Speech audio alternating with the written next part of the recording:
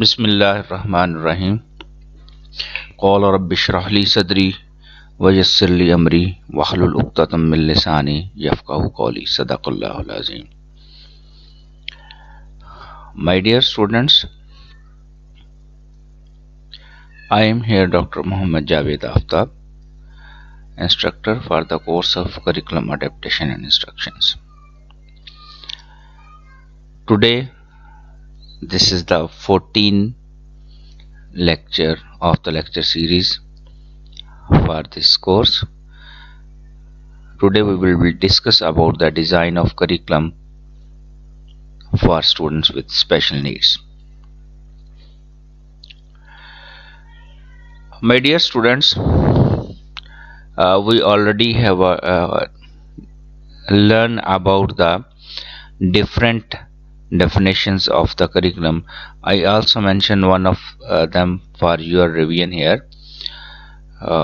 इसको दोबारा से रिकैप के लिए मैंने आपको जो है वो यहाँ पर एक डेफिनेशन दोबारा से दी ताकि आप इसको देख सकें और हम फिर इसके करिकुलम डिज़ाइन में आगे बढ़ सकें। तो Mogbo 2002 defined the term curriculum as encompassing the content, structure and process of teaching and learning which the school provides in accordance with its educational objectives and values. This includes the knowledge, concepts and skills that students acquire as well as the factors that inform the ethos and general environment of the school. हमने पहले भी यही देखा था कि हम ये कहते थे जितनी भी एक्टिविटीज़ किसी एक बच्चे के लिए विद इन द स्कूल और आउटसाइड द स्कूल जितनी भी एक्टिविटीज़ हैं जो एक स्टूडेंट या एक चाइल्ड परफॉर्म करेगा for the sake of learning and getting the information and getting the way of life, getting the professional skills, so that will be called the curriculum. Mogbo 2002 also saw the curriculum as planned experiences, opportunities and activities provided by a school to assist the learners attain the designed learning outcomes and desired change in behavior. So in this way curriculum can be defined as it is a planned, implemented and evaluated crucially influences the quality of education provided. My dear students, first of all we have to discuss about the curriculum planning. Curriculum planning involves the following steps. Number 1, diagnosis of curriculum, formulation of objectives. Number 3 is the selection of content. Number 4 is organization of content. Number 5 is selection of the learning experiences, organization of learning experiences and determination of what to evaluate and ways and means of doing it. These steps have been taken from the book of the Taba. सबसे पहली बात यह है कि हमने अपनी need को assess करना होगा कि हमें किस तरह का करिकुलम चाहिए, हम किस तरह का करिकुलम चाहते हैं और हम वो नीड्स क्या हैं, क्या हमारी सोशल नीड्स क्या हैं, हमारी एजुकेशनल नीड्स क्या हैं, हमारी प्रोफेशनल नीड्स क्या हैं और हमारी सोसाइटी की नीड्स क्या हैं, हमारी अगर हम अपने मज़हब को देखते हैं हमारी जो है वो मज़हब की क्या उसके साथ हमने इसको कंपेटेबिलिटी देनी है कि उसकी हमारे पास क्या नीड्स हैं। तो सबसे पहला काम हमारा जो होगा कि हम अपनी नीड्स को इवेल्युएट करेंगे। नीड्स को इवेल्युएट करने के बाद जो सेकंड स्टेप हमारा होगा कि हमने अपने ऑब्जेक्टिव्स को तरतीब देना होगा कि हमारे जो हम करिकुलम प्लान करने जा रहे हैं उसका हमारे पास मकसद क्या है। उस करिकुलम का मकसद हमें किस तरह के लोग डेवलप करने हैं, हम किस तरह की कौम तख्लीक देना चाहते हैं, हम अपने बच्चों को कौन सी स्किल्स देना चाहते हैं, किस तरह की स्किल्स देना चाहते हैं। ये सारी जितनी भी चीज़ें हैं ये हमारे पास फॉर्मुलेशन ऑफ हम अपने मकासद तरतीब देंगे ताकि हम जो करिकुलम डेवलप करने जा रहे हैं उसके अंदर हमारे मकासद क्या होंगे, हम उस करिकुलम से क्या हासिल करना चाहते हैं। नंबर 3 पर हमारे पास है सिलेक्शन ऑफ कंटेंट। ऊपर वाली दोनों चीज़ों को देखते हुए कि डायग्नोसिस ऑफ करिकुलम हमने देख लिया, हमने नीड्स को देख लिया। सबसे पहले हमने अपनी नीड आइडेंटिफाई की है कि हमारे इस करिकुलम की नीड क्या है, और फिर हमने जो है वो अपने ऑब्जेक्टिव्स को जो है वो फॉर्मुलेट किया है। अब इन ऑब्जेक्टिव्स को फॉर्मुलेट करने के लिए, इन ऑब्जेक्टिव्स को फुलफिल करने के लिए, और जो अपनी नीड है उसको जो है वो फुलफिल करने के लिए हमने कंटेंट सिलेक्ट करना है कि हमारा कंटेंट कैसा होगा। अगर हमने एक ऑब्जेक्टिव ऊपर रखा है, हम एक ऑब्जेक्टिव को फुलफिल करना चाहते हैं, तो उसके लिए हमारा कंटेंट किस तरह का होगा। लेट्स से मैं एक एग्जांपल से आपको बात समझाना चाह रहा हूँ कि अगर आपने एक डॉक्टर, आप चाहते हैं कि हमारा करिकुलम ऐसा हो कि इससे हमारे पास डॉक्टर्स जनरेट हों, इससे हमारे पास डॉक्टर्स पैदा हों, इंजीनियर्स पैदा हों, इसमें साइंटिस्ट पैदा हों, तो उनके लिए कंटेंट भी फिर उसी तरह का हम चूज करेंगे। अगली बात है कि हमने उस कंटेंट को ऑर्गेनाइज कैसे करना है। ऑर्गेनाइजेशन का तरीक़ेकार क्या है। ऑर्गेनाइजेशन की ये बात है कि हम अपने बच्चों की एज को सामने रखेंगे, बच्चों की जो है वो मेंटल एबिलिटीज़ को सामने रखते हुए कंटेंट को तरतीब देंगे। जैसे आपने इसमें ब्लूम टेक्सोनोमी सबसे शुरू में देखा था, तो ब्लूम टेक्सोनोमी इज़ द हमें ये थोड़ा सा गाइड करती है कि हमारे जो लेट्स से पहली क्लास का बच्चा है उसका कंटेंट किस तरह का होगा, दूसरी क्लास का बच्चा उसका कंटेंट किस तरह का होगा, तीसरी क्लास का बच्चा कंटेंट उसका किस तरह का होगा। नंबर 5 पर हमारे पास है कि सिलेक्शन ऑफ लर्निंग एक्सपीरियंसेस, कि हम ये जो सारी चीज़ें बच्चे को सिखाना चाह रहे हैं, जो हमने ऊपर कंटेंट अरेंज किया है, उसको हमने किस तरह से बच्चों को जो है वो हमने उनको किस तरह से काम करवाना है, पढ़ाना कैसे है, लिखना कैसे सिखाना है। तमाम किस्म के लर्निंग एक्सपीरियंसेस की जो है वो हम उसको सिलेक्शन करेंगे कि हम किस तरह की जो है वो एक्टिविटीज़ होंगी बच्चों की, और उन एक्टिविटीज़ के ज़रिए वो किस तरह से लर्न करेंगे। और नेक्स्ट है कि हम उन एक्टिविटीज़ को अरेंज करेंगे। एक्टिविटीज़ को अरेंज करने से अगेन मकसद यही है कि आपके पास डिफरेंट ग्रेड लेवल्स हैं, डिफरेंट एज लेवल्स हैं, आप उन ग्रेड लेवल्स के अकॉर्डिंगली और उन एज लेवल्स के अकॉर्डिंगली किस तरह से आप उन लर्निंग एक्सपीरियंसेस को और लर्निंग एक्टिविटीज़ को आप अरेंज करेंगे। फाइनली हमारे पास है कि determination of what to evaluate and ways and means of doing. हम ये देखेंगे कि हमने जितनी भी ऊपर हमने चीज़ें की हैं, चूँकि उनको हम इवेल्युएट किस तरह से करेंगे और उनको जो है वो बाकी मकासद हासिल करने के हमारे पास तरीके क्या होंगे। तो हमने बेसिकली करिकुलम असेसमेंट भी it is the part of the curriculum planning, because जब हम एक दफ़ा करिकुलम बना लेते हैं तो करिकुलम बनाने के बाद फिर हम ये देखते हैं कि हमारे पास हम अगर उसके अंदर कोई भी मसाइल रह गए हैं, जब कोई भी चीज़ रह गई है जो कि हमारे पास बहुत इम्पोर्टेंट है, जब उसका वे आउट चेंज हो गया है, तो ताकि हम उसको दोबारा से चेंज कर सकें और उसके अकॉर्डिंगली जो है वो हम उसको मैनेज कर सकें। अब हमारे पास है different areas of curriculum planner,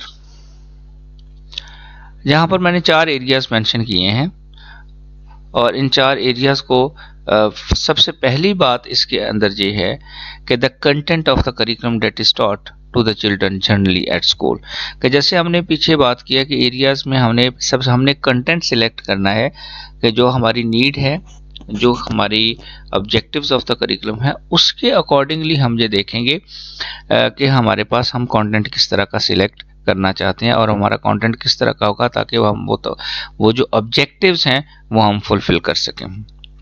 the adopted curriculum that addresses the peculiar needs of the children with special needs, और फिर हम उस करिकुलम को देखेंगे कि वो करिकुलम और वो कंटेंट ऐसा होना चाहिए, वो करिकुलम ऐसा होना चाहिए जो कि हमारे स्पेशल बच्चों की नीड्स को पूरा कर सके। नंबर 3 पर हमारे पास ये है कि the curriculum that would make special needs children education worthwhile.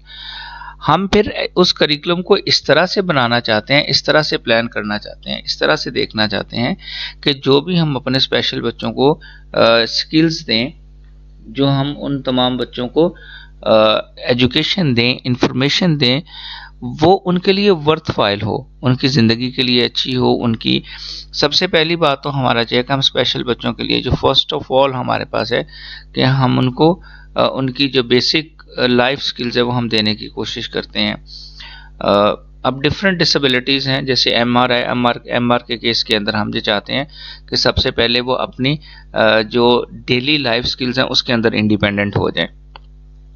इसी तरह से हम आगे बढ़ेंगे तो फिर उनकी बाकी जो है वो विजुअल के लिए डिफरेंट होगा, हेयरिंग के लिए डिफरेंट होगा, और इसी तरह से बाकी लोगों के लिए डिफरेंट होगा। बट हमने उनको वो स्किल्स देनी है जो उनके लिए वर्थवाइल हों, उनकी लाइफ के अंदर कंट्रीब्यूट करें और उनको इंडिपेंडेंट कर सकें और उनको एम्पावर कर सकें।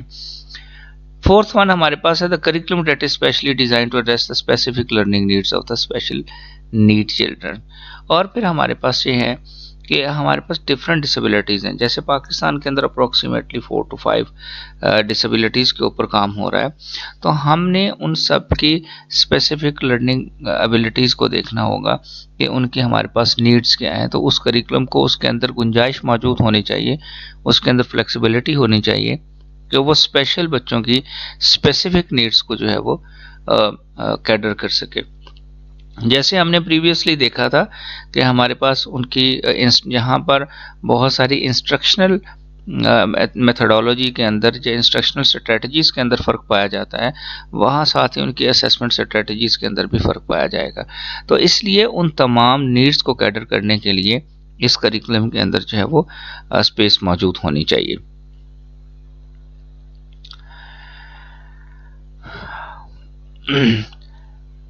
अब दो बातें मज़ीद हमारे पास हैं कि जो अगर हमने बहुत ही एक ज़बरदस्त प्लानिंग देखना चाहते हैं स्पेशल नीड्स बच्चों के लिए, कि उसके अंदर अगर हम ये इफ़ेक्टिव प्लानिंग को देखना चाहते हैं तो हमारे पास दो बातें उसके अंदर उनका ख्याल रखा जाए। सबसे पहली बात हमारे पास है breadth and flexibility, and second one हमारे पास है the choice it offers in the selection and sequences of content ensures its adaptability to the dignity of children's circumstances and experiences। जी, सबसे पहली बात हमारे पास ये है कि उसके अंदर जो है वो वास्टनेस होनी चाहिए और फ्लेक्सिबिलिटी होनी चाहिए। फ्लेक्सिबिलिटी इसलिए होनी चाहिए कि हमने उस करिकुलम को डिफरेंट बच्चों की डिफरेंट कैपेबिलिटीज़ के साथ मैच करना होगा, उनकी डिफरेंट एबिलिटीज़ को और डिफरेंट नीड्स को जो है वो उसको कैटर करना होगा। तो इसलिए उसके अंदर फ्लेक्सिबिलिटी मौजूद होनी चाहिए। वो करिकुलम इस तरह का होना चाहिए कि अगर हम उसके अंदर अडेप्टेशन चाहते हैं, उसके अंदर कुछ मॉडिफिकेशन चाहते हैं, तो डेट कैन बी पॉसिबल। दूसरी बात ये है कि हमारे पास उसके अंदर जो कंटेंट है उसकी सिलेक्शन और उसकी जो सीक्वेंसेस है वो इस तरह से हो कि उसके अंदर भी हम अडेप्टेबिलिटी को जो है वो मुमकिन बना सकें। उसकी तरतीब इस तरह से होनी चाहिए ताकि वो स्पेशल नीड्स बच्चों की जो स्पेशल नीड्स हैं उनको कैटर करने में हम कामयाब हो सकें वहाँ पर। ताकि जैसे हमारे पास हेयरिंग इम्पेयरमेंट है और फिर हम विजुअल इम्पेयरमेंट है, एमआर के बच्चे हैं, या फिर हमारे पास डिसलेक्सिया है और डिस्ग्राफिया है, और जितनी भी हमारे पास स्पेसिफिक लर्निंग डिफ़िकल्टीज़ हैं और हमारे पास जनरल डिसेबिलिटीज़ हैं, उन सब के लिए हमारे पास उनको कैटर करने के लिए, उनकी उन स्पेसिफिक नीड्स को मीट करने के लिए जो है वो इस कंटेंट के अंदर उसकी सीक्वेंसिंग और उसकी सिलेक्शन और उसकी जो सीक्वेंस है उसके अंदर इतनी स्पेस मौजूद होनी चाहिए कि हम उसके अंदर अडेप्टेशन और मॉडिफिकेशन को मुमकिन बना सकें। अब हमारे पास ये है कि हमने किन चीज़ों के ऊपर फोकस करना होगा जब हम स्पेशल एजुकेशन के लिए, स्पेशल नीड्स बच्चों के लिए हम करिकुलम प्लान कर रहे होंगे। तो हमें 4 बातों का ख्याल रखना होगा। पहली बात हमारे पास है कि एक्टिविटी बेस्ड लर्निंग होनी चाहिए, और सेकेंडली हमारे पास है कि सेल्फ डायरेक्टेड लर्निंग होनी चाहिए, कोऑपरेटिव एंड ग्रुप वर्क होना चाहिए और पीयर लर्निंग होनी चाहिए। एक्टिविटी बेस्ड लर्निंग इसलिए होनी चाहिए कि हमारे पास स्पेशल नीड्स बच्चों के लिए हम उनको ये नहीं कर सकते कि जैसे हमारे यहाँ एक चीज़ चलती है कि हम उसको रोट लर्निंग के ऊपर और मेमोराइजेशन के ऊपर हम लोग फोकस करते हैं, लेकिन स्पेशल नीड्स बच्चों के लिए ये जो है वो एक्टिविटी बेस्ड होनी चाहिए। और दूसरी ये कि सेल्फ डायरेक्टेड लर्निंग होनी चाहिए कि आप इस तरह से डिज़ाइन करें कि ऑर्गेनाइजेशन जो है वो कंटेंट की इस तरह से होनी चाहिए कि वो सेल्फ डायरेक्टेड होने चाहिए, एक के बाद दूसरा स्टेप, दूसरे के बाद तीसरा, तीसरे के बाद चौथा, but it should be also design as per disability needs. और हमारे पास थर्ड वन जो कि बहुत इंपॉर्टेंट है कि कोऑपरेटिव एंड ग्रुप वर्क उसके अंदर जो है वो होना चाहिए, क्योंकि जो स्टूडेंट्स हैं वो अपने कॉलीग से, अपने फेलो से, अपने एज फेलो से जो है वो बहुत कुछ लर्न करते हैं। तो हमारे पास हमारी एक्टिविटी बेस्ड का भी एक मकसद ये है कि अगर आप ग्रुप वर्क में एक्टिविटी करवाते हैं, ग्रुप वर्क करवाते हैं, तो उसके अंदर बच्चे जो है वो बहुत ज़्यादा लर्न करते हैं, वो अपने फेलो से लर्न करते हैं। एक कंपटीशन की फ़ज़ा भी होती है, और साथ ही साथ जब एज फेलो की जो बहुत ज़्यादा बच्चे जो हैं वो उससे गेन करते हैं। और लास्टली हमारे पास है पीयर लर्निंग। पीयर लर्निंग की गुंजाइश भी मौजूद होनी चाहिए, ताकि बच्चे आपस में जो है वो उसे घुल मिलकर जो है वो सीखना जो है वो उसको पसंद करें। तो पीयर लर्निंग, हाँ, बच्चे एक दूसरे के साथ जो है वो डिस्कशन के साथ, शेयरिंग के साथ, और group work is somehow different. Group work आपके पास जो है वो दो से ज़्यादा, पीयर से मुराद ये है कि अपने एज फेलो के साथ और अपने क्लास फेलोज के साथ जो है वो बच्चे उसको शेयर करें, उसको उसको डिस्कस करें, और उसके ऊपर जो है वो, और इसके ज़रिए पीयर लर्निंग के ज़रिए बच्चे जो है वो बहुत ज़्यादा लर्न करते हैं। उनकी आपस में लैंग्वेज मैच करती है, उनमें आपस में जो है वो level of learning, level of information और लेवल ऑफ जो एक्सचेंज ऑफ द इंफॉर्मेशन है वो सारे का सारा बहुत ज़बरदस्त तरीके से जो है वो इफ़ेक्टिव हमें नज़र आता है लर्निंग के अंदर। और जो पीयर बच्चों की जो पीयर डिस्कशन है, पीयर शेयरिंग है, उससे बहुत ज़्यादा बच्चे जो है वो लर्न करते हैं, और इससे बहुत अच्छे नताइज भी जो है वो लर्निंग के सामने आते हैं पीयर लर्निंग के अंदर। आप गाइड कर सकते हैं बच्चों को, और उसके बाद कुछ चीज़ें जो है वो बच्चों को मतलब कि आप ये भी तो कर सकते हैं कि आप जो है वो बहुत कुछ बच्चों की फ्रेंडशिप्स को जो है इस तरह से मैच किया जा सकता है कि जो मोर स्पेसिफिक हमारे पास ऐसे बच्चे हैं जिनको हम बहुत ज़्यादा असिस्टेंस की ज़रूरत है, हम उन बच्चों के साथ अटैच कर दें जो कि बच्चे बहुत अच्छे हैं, कंपैरेटिवली बेटर हैं, उनके साथ उनको बिठाएं, उनको जगह, उनकी ग्रुपिंग इस तरह से करें, उनकी सीटिंग इस तरह से करें कि वो उनके साथ जो है बैठें, और इससे वो लर्निंग में बेहतर नताइज सामने आ सकते हैं। अब हमारे पास ये है कि करिकुलम जो गाइडलाइन है उसके अंदर 4 बातें हमारे पास यहाँ पर शामिल होनी चाहिए। पहली बात हमारे पास ये है कि डेवलपमेंट ऑफ की skills within broad content areas, कि आप ये देखें कि हमारे पास जो अपने कंटेंट एरियाज हमने सिलेक्ट किए हुए हैं उसके अंदर हम जो की स्किल्स हैं, जो बच्चों को रिक्वायर्ड हैं, जो डिसेबिलिटीज़ के, हर डिसेबिलिटीज़ के लिए हमें रिक्वायर्ड हैं, उनके लिए हमें वो स्किल्स हैं वो उसके अंदर मेंशन हमने करनी होगी। दूसरी बात हमारे पास ये है the use of individualised educational programme, जहाँ पे हमारे पास मुमकिन हो सकता है हमें जहाँ पर ज़रूरत होगी इंडिविजुअलाइज्ड एजुकेशन प्लान की, हम वहाँ पर इंडिविजुअल IEP जो है वो डिज़ाइन कर सकें बच्चों के लिए। और IEP डिज़ाइन करने का सिंपली मकसद यही है कि हम उन बच्चों की जो है वो नीड्स को कैटर करना चाह रहे हैं। जो बच्चे हमारे पास एक स्पेसिफिक जनरल एजुकेशन, जो हमारे पास स्पेशल एजुकेशन के अंदर जो है वो, अगर ऐसे बच्चे जो इंटायरली डिफरेंट हैं, जो ज़्यादा असिस्टेंस चाहते हैं, और जो है वो कलेक्टिवली क्लास के अंदर हमारे पास नहीं बैठ सकते, उनके लिए हम उनको हम किस तरह से जो है वो मतलब कि उनके लिए कैसे काम कर सकते हैं, उनकी लर्निंग को पॉसिबल बनाने के लिए हम IEP जो है वो कैसे डिज़ाइन करेंगे, उसकी गुंजाइश मौजूद होनी चाहिए। और तीसरी हमारे पास है use of variety of assessment tools. जब आपके पास डिफरेंट डिसेबिलिटीज़ डिफरेंट होंगी, जैसे मैंने, हमारे पास हियरिंग इम्पेयरमेंट है, विजुअल इम्पेयरमेंट है, और फिर हमारे पास MR है, ऑटिज़म है, और डिसलेक्सिया है, तो आपके पास बिकॉज सबकी लर्निंग के स्टाइल भी डिफरेंट होंगे, तो ऑटोमेटिकली आपके पास जो है वो असेसमेंट के स्टाइल भी डिफरेंट होंगे। और दूसरा ये है कि आप एक ही तरह के जो है वो असेसमेंट टूल्स हर एक के लिए इस्तेमाल नहीं करेंगे।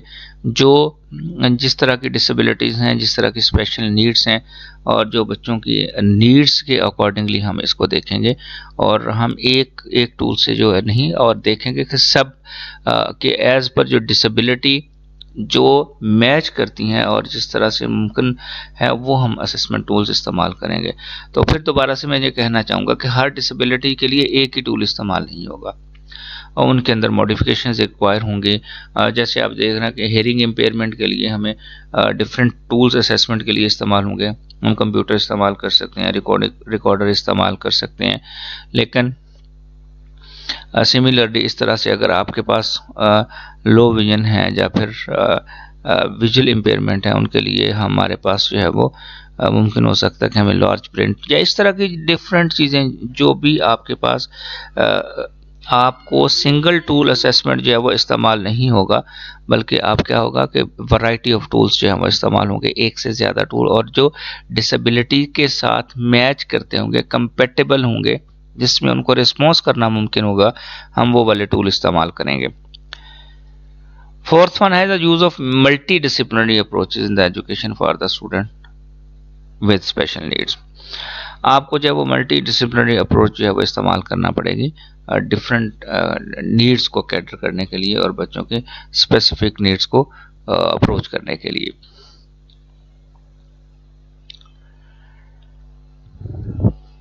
अब हमारे पास ये है कि टीचिंग मेथोडोलॉजीज आपके पास जो है वो किस तरह की होनी चाहिए। इसमें हमारे पास जो है वो 4 चीज़ें सजेस्ट की गई हैं। नंबर 1 हमारे पास है कि इंडिविजुअलाइजेशन ऑफ इंस्ट्रक्शंस।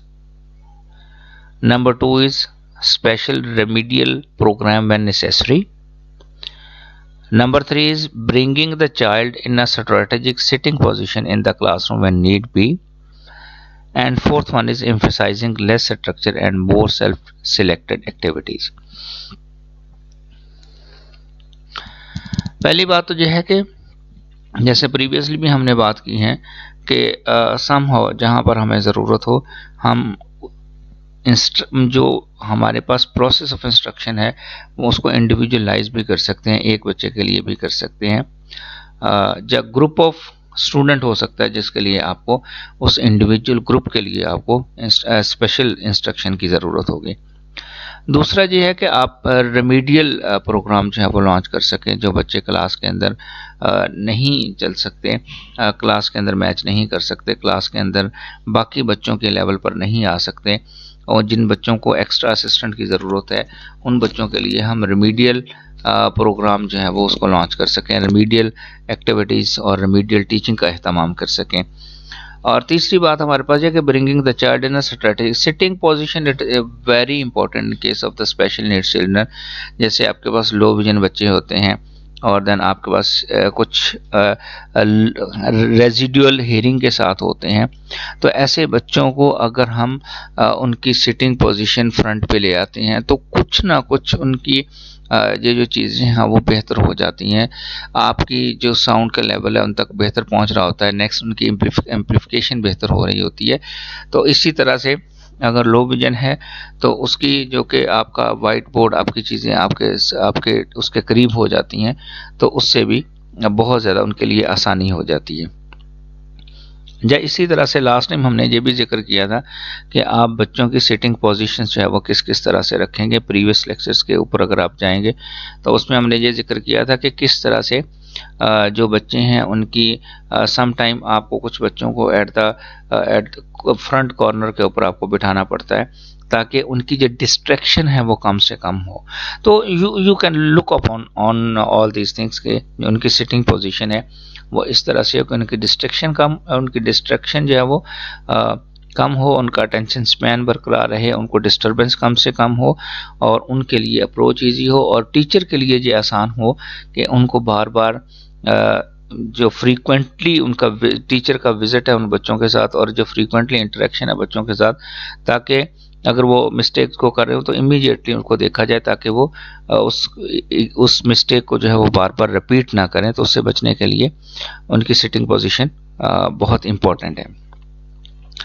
और लास्टली हमारे पास एक emphasizing less structure and more self directed activities होनी चाहिए। जैसे पहले भी हमने बात की है कि ये एक्टिविटी बेस्ड लर्निंग होनी चाहिए बच्चों की, और बहुत ज़्यादा कॉम्प्लिकेटेड नहीं होनी चाहिए। इस तरह की एक्टिविटीज़ होनी चाहिए कि जो बच्चे जहाँ से उनकी लेकिन इसमें ये एक फ़र्क ज़रूर रहेगा कि जो भी हम एक्टिविटीज़ ले रहे हैं उसके अंदर हमारी डिसेबिलिटी को हमें काउंट करना होगा। तो डिफरेंट डिसेबिलिटीज़ के साथ जितने भी बच्चे होंगे उनकी एक्टिविटीज़ भी डिफरेंट होंगी, तो लिहाजा उसको हम जो है वो इसके अंदर एक जो फ्लेक्सिबिलिटी मौजूद रहेगी। इसलिए हम जहाँ पर उसके अंदर जो गुंजाइश मौजूद होगी कि हम उन जितनी भी एक्टिविटीज़ होंगी उनको अडेप्ट कर सकेंगे, मॉडिफाई कर सकेंगे, ताकि वो एज़ पर डिसेबिलिटीज़ उनको यूटिलाइज किया जा सके। अब नेक्स्ट हमारे पास है motivating children through encouragement and deep teacher support. ये हम अभी जैसे बात कर रहे थे कि टीचर को कंटिन्यूस सपोर्ट की ज़रूरत है इन बच्चों को, और उन्हें मोटिवेट इस तरह से आपने मोटिवेट भी करना है, और लेकिन आपकी मोटिवेशन को बरकरार रखने के लिए ये ज़रूरी होगा कि आपका जो फ्रीक्वेंट विजिट है उन बच्चों के साथ वो बहुत इंपॉर्टेंट होगा। और नेक्स्ट हमारे पास है emphasizing group projects. Group work होना चाहिए, ग्रुप के अंदर बच्चे जो है वो बहुत ज़्यादा लर्न करते हैं। हमें ऑडियो विजुअल एड्स इस्तेमाल करने चाहिए। और उसके बाद जो है वो हमारे पास जो CPA टेक्निक है, जिसके अंदर हम ये कहते हैं कि कंक्रीट, पिक्टोरियल और एब्स्ट्रैक्ट, ये चीज़ें जो है वो इस्तेमाल होनी चाहिए। CPA टेक्निक को इस्तेमाल करना चाहिए तमाम लेवल्स पर। और उसके बाद है reducing competition to a minimum. Competition होना चाहिए, लेकिन उसके साथ उसको कोशिश करनी चाहिए कि एक लेवल तक जो है वो कंपटीशन रखा जाए, जहाँ पे सब बच्चे उसको मैच कर सकें और उसमें डिस्करेजमेंट का एलिमेंट ना हमें नज़र आए। अब this is the framework for the designing of the appropriate curriculum for the children with special needs. जहाँ पे जो चीज़ें दी गई हैं जिनका हमें ख्याल रखना होगा कि अगर हम एक अप्रोप्रिएट करिकुलम चाहते हैं तो वो हमारे पास किस तरह का होगा। इसके अंदर हमारे पास जो चीज़ें मैंने मेंशन की है कि करिकुलम गाइडलाइन होनी चाहिए, उसके अंदर कम्युनिकेशन एंड लैंग्वेज का ख्याल रखा जाए, और उसमें मैथमेटिक्स का होना ज़रूरी है। सोशल इन्वायरमेंट और साइंटिफिक एजुकेशन, हिस्ट्री, ज्योग्राफी और साइंस को मौजूद होना चाहिए, और सोशल, पर्सनल और हेल्थ एजुकेशन के एलिमेंट उसके अंदर मौजूद होना चाहिए। फिर जो फिज़िकल एजुकेशन होनी चाहिए इंक्लूडिंग फंक्शनल मूवमेंट है। आर्ट्स एजुकेशन होनी चाहिए जिसमें विजुअल आर्ट्स और म्यूज़िक और ड्रामा होना चाहिए। जैसे हम म्यूज़िक को एज जो है वो थेरापी के तौर पर भी इस्तेमाल करते हैं मेंटली रिटार्डेड बच्चों के लिए। Religion and moral education. और उसके बाद हमारे पास ये है कि जो प्राइमरी स्कूल है उसके अंदर हमारे पास क्या क्या होना चाहिए। उसमें लैंग्वेज का पार्ट होना चाहिए, मैथमेटिक्स होना चाहिए, social, environmental and scientific education, history, geography और साइंस का होना ज़रूरी है। Social, personal and health education का होना ज़रूरी है। फिज़िकल एजुकेशन का होना ज़रूरी है। इसी तरह से arts education, visual arts, music and drama का इंक्लूड होना ज़रूरी है। इसी तरह से रिलीजन एंड मॉरल एजुकेशन का उसके अंदर होना ज़रूरी है।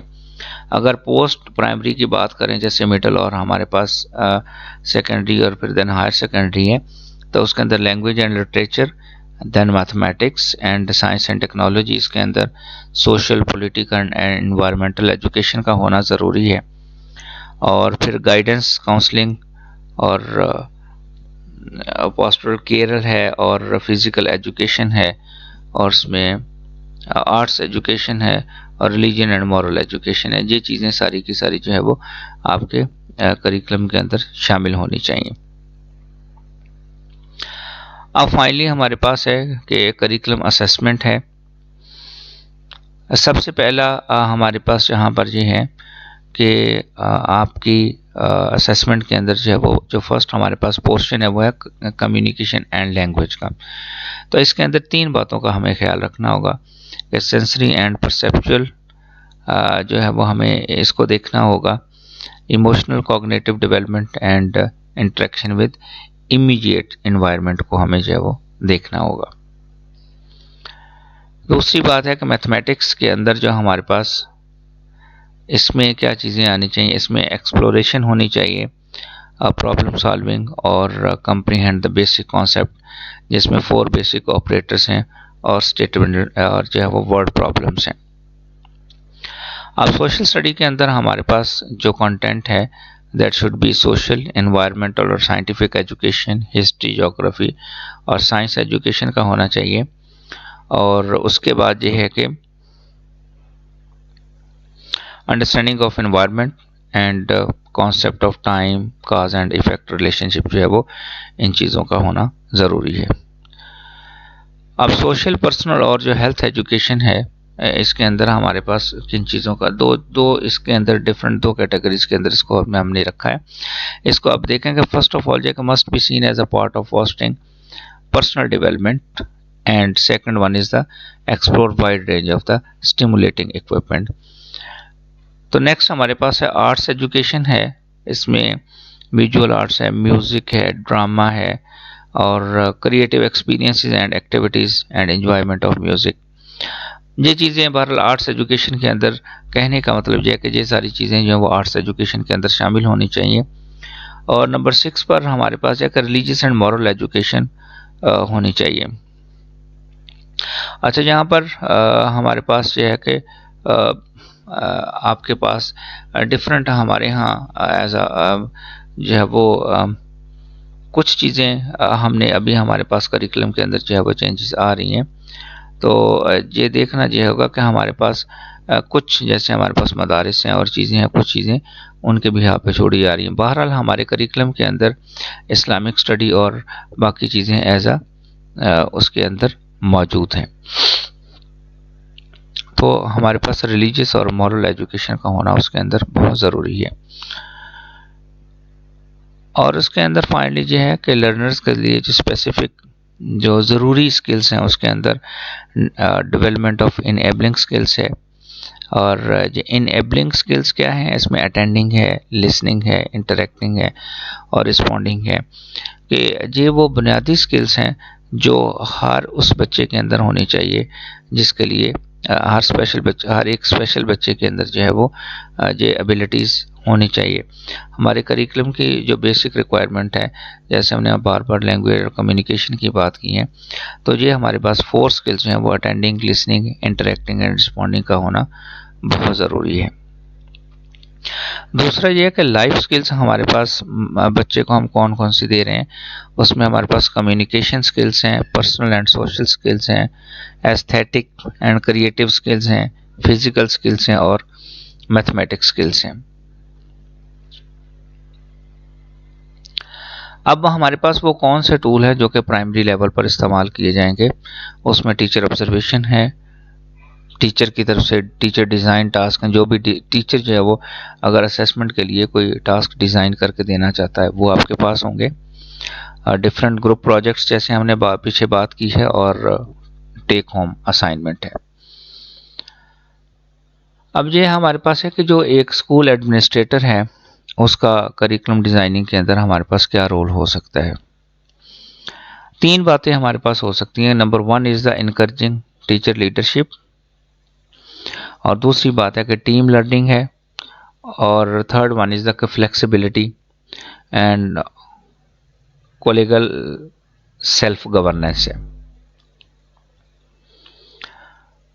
तो most the effective people, effective principal, effective heads, emphasizing innovation, collaboration and professional growth, maintain a clear focus on the powerful academic outcomes for all the learners। कोशिश ये करनी है कि हमारे पास बुनियादी तौर पर जो भी करिकुलम हमारे पास डेवलप किया जाए उसके अंदर इस चीज़ को इन्फोर्स किया जाए कि इनोवेटिविटी होनी चाहिए, कोलैबोरेटिव होना चाहिए उसे, और उसके अंदर कोलैबोरेटिव एक्टिविटीज़ होनी चाहिए और प्रोफेशनल ग्रोथ जो है वो उसके अंदर मौजूद होनी चाहिए। और इस तरह से डिज़ाइन किया जाए कि जितने भी लर्नर्स हैं वो उससे अपनी इस्तेदाद के मुताबिक जो है वो चीज़ों को गेन करें। अब फाइनली ये हमारे पास है कि हमारे पास वो कौन से प्रिंसिपल होने चाहिए जो कि करिकुलम डिज़ाइनिंग के लिए हमारे लिए इम्पोर्टेंट होंगे। The number 1 is the curriculum should reflect the lives of the children's and the families, and the second one is that they reflect diversity found in the society, for example gender, age, language and abilities। इससे मुराद ये है कि जो भी diversity हमारे पास exist करती है, classroom की डाइवर्सिटी है, सोसाइटी के अंदर डाइवर्सिटी एग्जिस्ट करती है, तो जो भी हमारा करिकुलम हो वो डाइवर्सिटी को जो है वो जहाँ पर रिफ्लेक्ट भी हो रही हो उसके अंदर से वो साथ ही साथ उसको वो मैनेज भी कर रहा हो। और तीसरी बात हमारे पास यह है कि provide the children safety while being appropriately challenging. और नंबर 4 पर हमारे पास है encourage exploration, experimentation and discovery. Number 5 पर हमारे पास है कि promote action and interaction, organise to support independent use, and number 7 is are rotated to reflect changing curriculum and accommodate new interest and skills।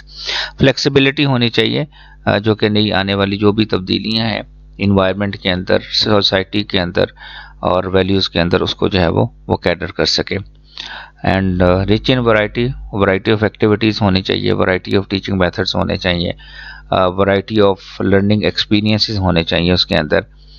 और लास्टली हमारे पास can accommodate children special needs, क्योंकि जो हमारा बेसिक पर्पस ही ये है कि हमने ये करिकुलम उन बच्चों के लिए ही डिज़ाइन करना है जो कि उस स्पेशल नीड्स, जो उनकी स्पेसिफिक नीड्स हैं, उनको कैटर करें। तो ऑटोमेटिकली कि ये एक हमारे पास प्रिंसिपल ये मौजूद है कि जब जो भी हम डिज़ाइन करें उसके लिए वो तमाम डिसेबिलिटीज़ को अकोमोडेट करे। My dear students, thank you very much. This is all for the day. I hope you have learned a lot. अगर आपका कोई क्वेश्चन हो तो यकीनन आप जो है वो गूगल क्लासरूम पर मुझे भेज सकते हैं। Thank you very much. खुदा हाफिज़।